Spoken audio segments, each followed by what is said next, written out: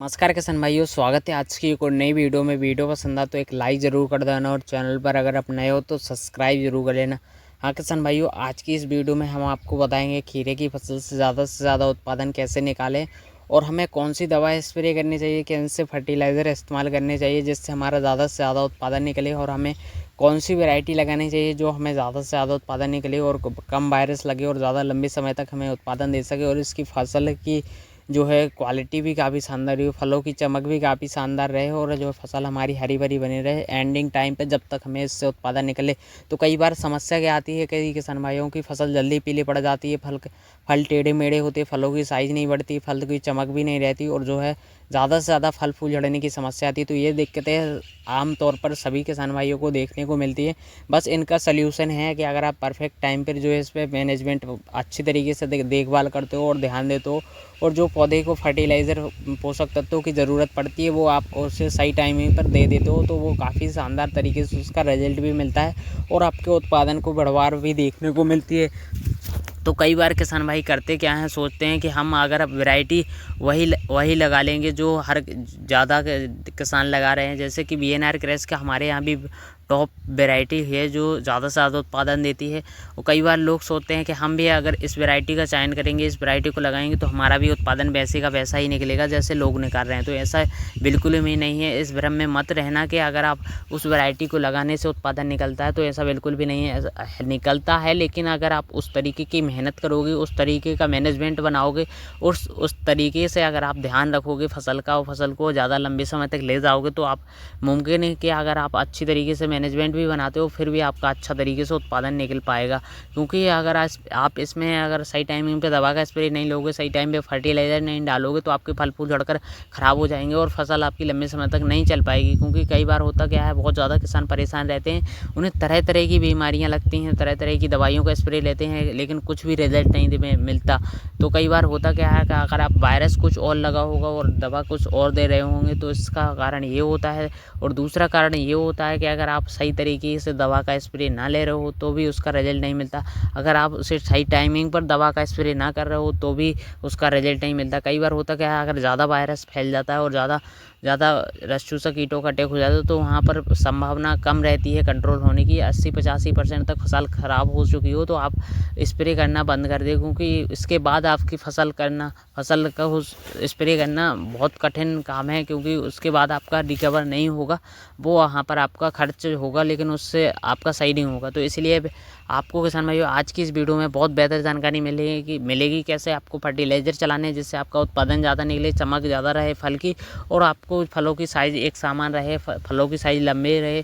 फल इसमें खीरे की फसल में मुख्य कारण होता है कि अगर आपका जितनी चमक रहेगी फसल में खीरे में उतना ही आपको रेट अच्छा देखने को मिलेगा। कई बार होता क्या है, टेढ़े मेढ़े फसल रहती है और फल की साइज़ भी काफ़ी ज़्यादा अच्छी नहीं रहती, तो इससे फल की चमक में भी ज़्यादा देखते हैं लोग मंडी में कि अगर आपका खीरा का हरा है, अच्छा है, चमक है तो उसका रेट काफ़ी अलग होता है और उसका रेट काफ़ी हाई होता है। तो किसान भाइयों सबसे पहले हम बात करेंगे कि जैसे ही आपकी फसल जो है जर्मिनेशन से 20 से 20 दिन की हो जाती है तो आपको लगातार इसमें फर्टिलाइज़र हफ्ते में 15 दिन में इस्तेमाल करने होते हैं जो पौधे के लिए काफ़ी ज़्यादा ज़रूरी होते हैं। तो किसान भाइयों जैसे कि आपकी जो है 3 से 4 दिन का 3 से 4 पत्तियाँ निकल आती हैं तब से ही आपको इस पर बेसिकली ध्यान देना होता है। एनपीके फर्टिलाइज़र ज़रूर चलाने होते हैं जो घुलनशील वाटर सोल्यूबल फर्टिलाइज़र होते हैं। एनपीके 19-19 13-0-45 12-61 ये फर्टिलाइज़र आपको शुरुआती अवस्था से आपको ह्यूमिक एसिड और 19-19 का जो है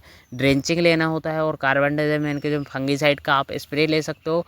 तो ये शुरुआती स्टेज में पौधे की जड़ों को एक साथ बढ़वार करते हैं, जड़ों की ग्रोथ करने में मदद करते हैं और पौधे की बढ़वार करने में मदद करते हैं। तो इससे होता क्या है, आपको एंडिंग टाइम पे इसका बहुत बेहतर रिजल्ट मिलता है। जब आपकी फसल लंबे समय तक जाती है तो आपकी फसल छोटे से ही आपकी तंदुरुस्त और स्वस्थ हरी भरी रहती है तो आपको लंबे समय तक ज़्यादा उत्पादन देखने को मिलता है। कई बार होता क्या है, अगर आपके फल फूल झड़कर ख़राब हो जाते तो वहीं पर आपका 10 से 20% तक उत्पादन कम हो जाता। तो इस पर भी विशेष ध्यान रखना। और किसान भाइयों इसमें सबसे ज़्यादा फर्टिलाइज़र की ज़रूरत पड़ती है। जैसे हमारी फसल 20 से 25 दिन की हो जाती है तब हमारी फसल में ज़्यादा से ज़्यादा फल फूल आने स्टार्ट हो जाता है। फूल आने के बाद हमें सबसे ज़्यादा पौधे को nitrogen, phosphorus, potash, calcium, boron इस तरीके के फर्टिलाइज़र देने होते हैं जो हमारे पौधे में तरह तरह के कार्य करता है। पौधे की रोग प्रतिरोधक क्षमता को बढ़ाने में, फसल की पत्तियों को हरा भरा बनाने में, फसल को लंबे समय तक जो है तैयार करने में, और फसल के जो फल फूल आते रहते हैं वो लगातार कंटिन्यू को सेटिंग करने में मदद करते हैं। और जो फल सेटिंग हो चुके हैं फलों की साइज़ को बड़ा करने में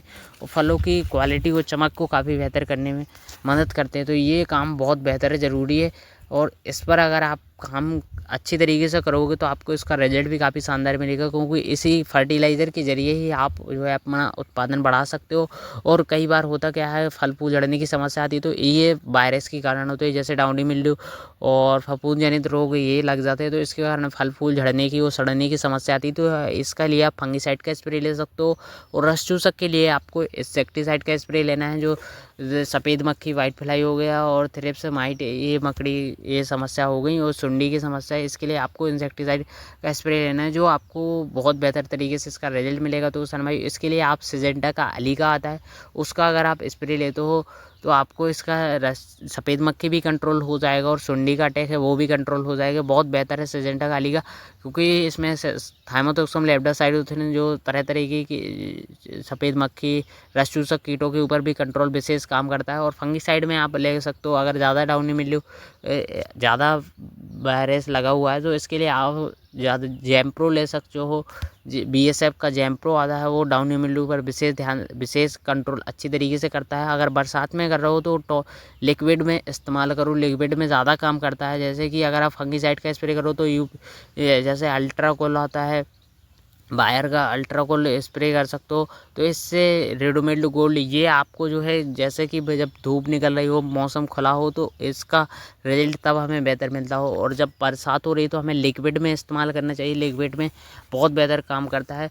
तो ये फंगस की बारे में बात हो गई। और किसान भाइयों, ऐसे हमें बदल कर दवाओं का स्प्रे लेना चाहिए। ऐसे नहीं लगातार हम हफ्ते में उन्हीं दवाओं का स्प्रे करो, हफ्ते में आपको बदल कर दूसरा केमिकल्स इस्तेमाल करना है, दूसरी दवा दूसरा इस्तेमाल करना है, जिससे आपको और बेहतर रिजल्ट मिलता रहे। और अगर वायरस भी नहीं है तो फिर भी आप जो है थोड़ा मोड़ा इंसेक्टिसाइड और रस चूसक कीटों के लिए और फंगस के लिए आप स्प्रे ले खीरा की फसल में, क्योंकि ये बहुत बेहतर होता है। कि अगर आप थोड़े मोड़े वायरस भी नहीं दिख रहा है, लेकिन बाद में बहुत ज़्यादा नुकसान पहुंचा सकते हैं। और फर्टिलाइज़र पर विशेष ध्यान देना है। हफ्ते में आपको क्या करना है, 1261-13-0-45 इसका आपको ज़रूर डोज देना है, जिससे आपकी फसल की जो है ग्रोथ भी बढ़ेगी और ज़्यादा से ज़्यादा शाखाएँ भी निकलेगी, और फसल की जो है पत्तियाँ हरी भरी रहेगी, ज़्यादा से ज़्यादा फल फूल आएंगे, और फल फूल सेटिंग करने में मदद करेगा 13-0-45। और अगर आपको लग रहा है कि हमारे फल हैं जो वो छोटे रह जा रहे हैं, खीरे की फसल जो है साइज़ बड़ा नहीं हो रहा है, फलों की चमक नहीं रह रही, तो आपको कैल्शियम लेना है। 1 kg 1.5 kg आप अपने एरिया के हिसाब से ले सकते हो। और बोरोन, कैल्शियम और बोरोन का इस्तेमाल करोगे तो आपकी फलों की साइज़ भी आएगी अच्छी।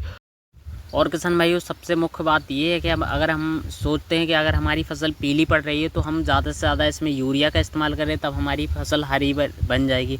तो ऐसा काम बिल्कुल भी मत करना है। इसके लिए आप मैग्नीशियम सल्फेट का इस्तेमाल करोगे तो आपकी फसल हरी भी रहेगी, और ज़्यादा से ज़्यादा शाखाएँ भी निकलेगी, फलों की साइज चमक काफ़ी शानदार रहेगी, और पत्तियाँ भी काफ़ी ज़्यादा हरी रहेंगी। तो किसान भाइयों, ये मैग्नीशियम सल्फेट आपको ज़रूर चलाना है। और स्प्रे के तौर पर भी NPK फर्टिलाइज़र का स्प्रे करना है, जैसे 52-34 हो गया, आप इसका स्प्रे ले सकते हो। 100, 70, 80 ग्राम आपकी फसल की अवस्था के अनुसार ले सकते हो। 13-0-45 का स्प्रे ले सकते हो, और कैल्शियम बोरोन का भी स्प्रे ले सकते हो, जिससे आपको फसल में पत्तियों के ज़रिए भी अच्छा रिजल्ट मिलेगा। कई बार होता क्या है, जड़ों में काम नहीं करता, तो आप पत्तियों के ज़रिए स्प्रे कर सकते हो, इससे आप बहुत अच्छा रिजल्ट मिलता है।